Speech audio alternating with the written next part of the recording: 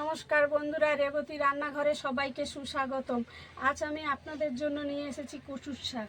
তো আমি কচুর শাক বানানোর জন্য এখানে আমি কচু ভালো করে কেটে ধুয়ে পরিষ্কার করে কড়াই করে নিয়ে নিয়েছি। দেখতেই পাচ্ছ এরকম ছোট ছোট করে কাটতে হবে।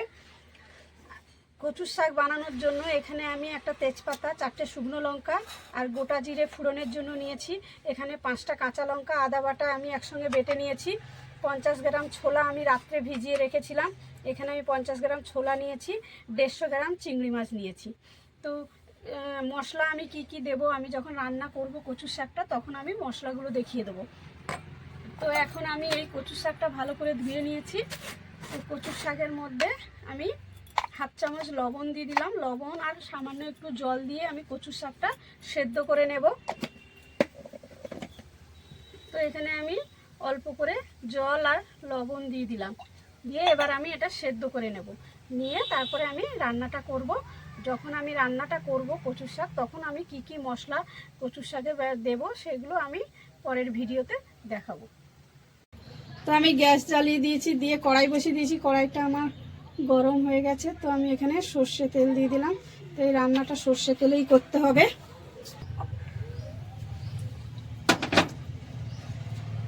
তো তেলটা আমার গরম হয়ে গেছে।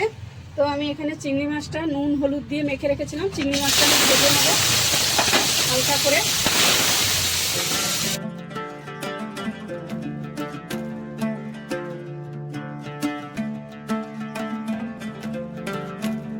তো চিংড়ি মাছগুলো আমি উল্টিয়ে দিচ্ছি, দিয়ে দুটি ভালো করে একটু ভেজে নেব।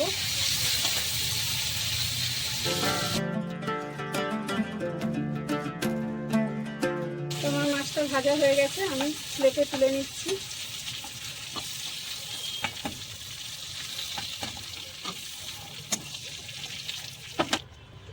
তো আমি মাছগুলো ভাজা হয়ে গেছে। ওই তেলের মধ্যে আমি এখানে একটু গোটা জিরে, একটু কালো জিরে, 4টে শুকনো লঙ্কা আর একটা তেজপাতা ফোড়ন দিয়ে দিলাম। তো আমি শুকনো লঙ্কাগুলো 2 টুকরো করে দিয়েছি।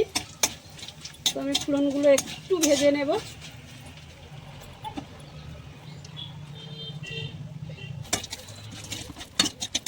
তো মশলাটা আমার ভাজা হয়ে গেছে। আমি এখানে আদা বাটা, কাঁচা লঙ্কা বাটা দিয়ে দিলাম।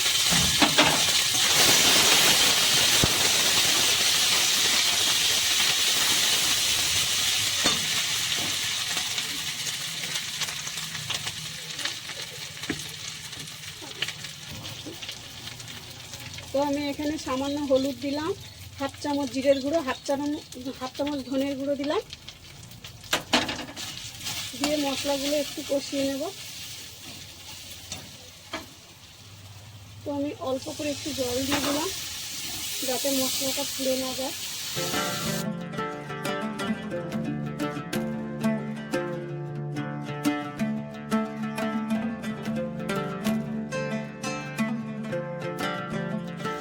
তো আমি কচুর শাকটা সেদ্ধ করে, কচুর শাক যখন আমি সেদ্ধ করেছিলাম, কচুর শাকের মধ্যে আমি ছোলা দিয়ে দিয়েছিলাম। ছোলা কচুর শাক আমি একসঙ্গে সেদ্ধ করে এটাকে আমি জল ঝরিয়ে নিয়েছি একটা ছাঁকনির সাহায্যে। এবার আমি কড়াইতে দিয়ে দিলাম।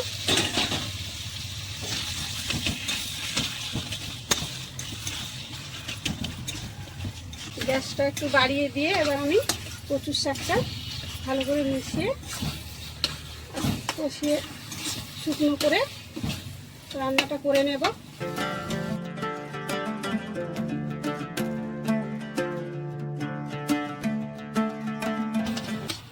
তো কচুর শাক জলটা একটু শুকিয়ে এসছে। তো এই পরিমাণ মতো লবণ হাফ চামচ দিয়ে দিলাম।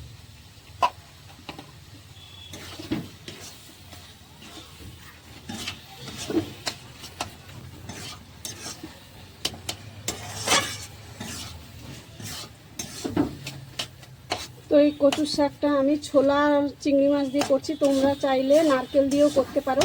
তো আমার হাতের কাছে নারকেল ছিল না, তাই আমি চিংড়ি মাছ আর ছোলা দিয়েই কচুর শাকটা রান্না করছি।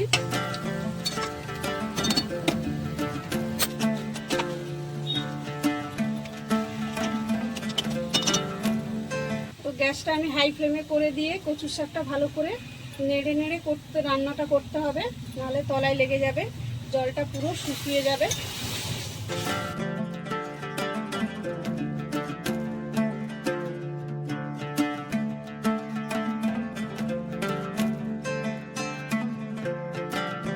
অনেকটাই শুকনো হয়ে এসছে। তো এবার আমি ভেজে রাখা চিংড়ি মাছগুলো বড় বড় ছিল তাই আমি টুকরো টুকরো করে দিয়েছি। তো এবার আমি চিংড়ি মাছগুলো দিয়ে দিচ্ছি, দিয়ে ভালো করে মিশিয়ে নিচ্ছি।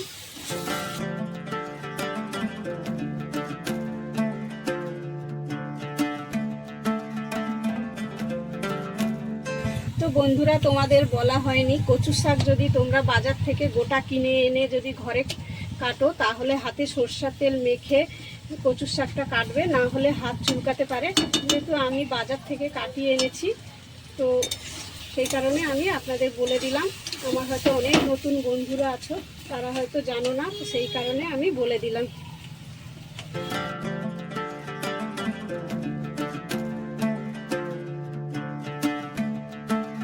তো আমার কচুর শাকটা একদম শুকনো হয়ে গেছে। আমি হাফ চামচ চিনি দিলাম,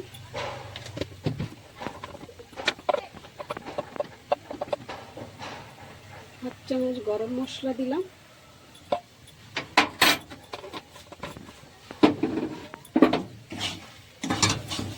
দিয়ে আবারও ভালো করে মিশিয়ে নিচ্ছি।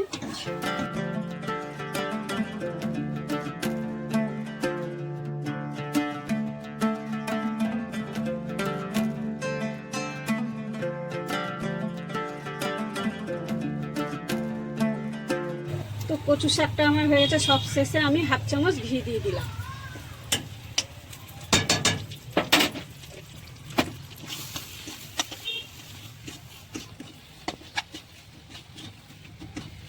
তো আমার কচু শাকটা এবার রান্না হয়ে গেছে। এবার আমি আপনাদের প্লেটে পরিবেশন করে দেখাবো।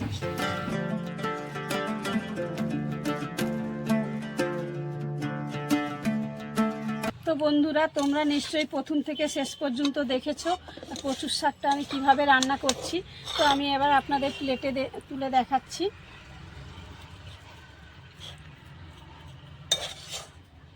তো এই কচুর শাকটা গরম ভাতে খুব ভালো লাগে খেতে।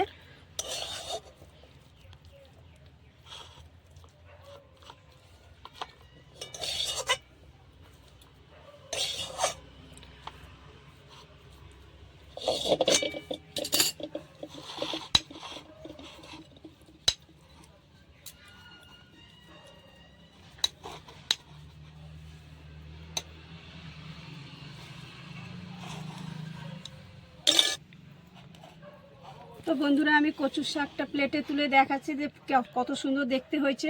তো এটা গরম ভাতে খুব ভালো লাগে। তো এখানে একটা কথা আমি বলে দিই, কচুর শাক আমাদের পেটের পক্ষে খুবই ভালো এবং কচুর শাক খেলে গায়ে রক্ত পরিষ্কার হয়। তো বন্ধুরা, অবশ্যই বাড়িতে কচুর শাক বানিয়ে খাবেন। তো তোমাদের কেমন লাগলো এই কচুর শাকের ভিডিওটা আমাকে কমেন্ট করে জানাবেন। আবার দেখা হবে পরের কোনো রেসিপি নিয়ে। Bye, tata.